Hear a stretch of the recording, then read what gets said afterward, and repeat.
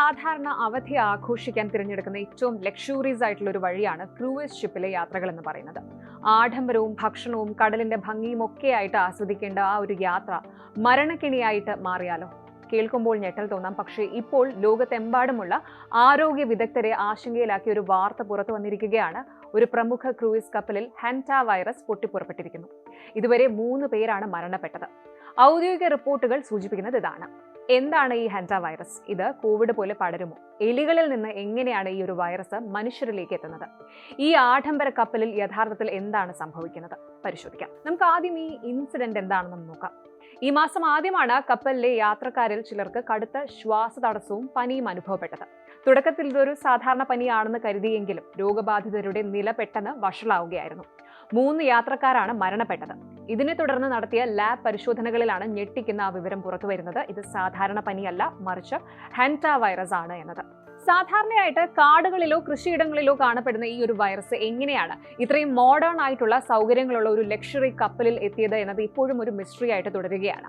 കപ്പലിലെ ഭക്ഷണ സാമഗ്രികൾ സൂക്ഷിക്കുന്ന ഇടങ്ങളിലോ സ്റ്റോർ റൂമുകളിലോ എലികളുടെ സ്വാധീനം ഉണ്ടായിരുന്നു എന്ന് അധികൃതർ അന്വേഷിക്കുന്നുണ്ട്. കാരണം ഹാൻറ്റ വൈറസിന്റെ സോഴ്സ്, പ്രഭവ കേന്ദ്രം എലികളാണ്.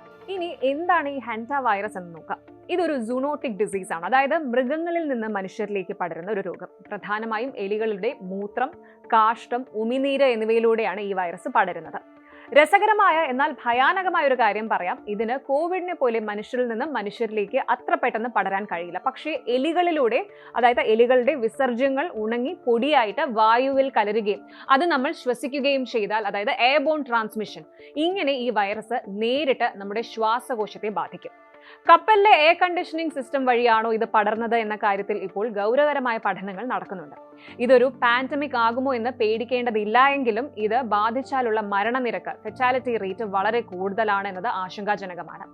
ഹാൻറ്റ വൈറസ് ബാധിച്ചാൽ ഉണ്ടാകുന്ന ലക്ഷണങ്ങൾ, സിംറ്റംസ് എന്തൊക്കെയാണ് എന്ന് അറിഞ്ഞിരിക്കണം. കാരണം തുടക്കത്തിൽ ഇത് തിരിച്ചറിയാൻ വളരെ പ്രയാസമാണ്. ഇനീഷ്യൽ സ്റ്റേജ്, അതായത് തുടക്കത്തിൽ കടുത്ത പനി, പേശിവേദന, അതായത് വിഷ്യ നടുവിനും തുടകൾക്കുമൊക്കെ വേദന ഉണ്ടാകും, ക്ഷീണം, തലകറക്കം. ഇനി ലേറ്റ് സ്റ്റേജ്, അതായത് കുറച്ച് കഴിയുമ്പോൾ രോഗം ബാധിച്ച് 4 മുതൽ 10 ദിവസത്തിനുള്ളിൽ ശ്വാസകോശത്തിൽ വെള്ളം നിറയുന്ന ഒരു അവസ്ഥ ഉണ്ടാകും. അതായത് ഹാൻറ്റ വൈറസ് പൾമണറി സിൻഡ്രോം, HPS എന്ന് പറയും.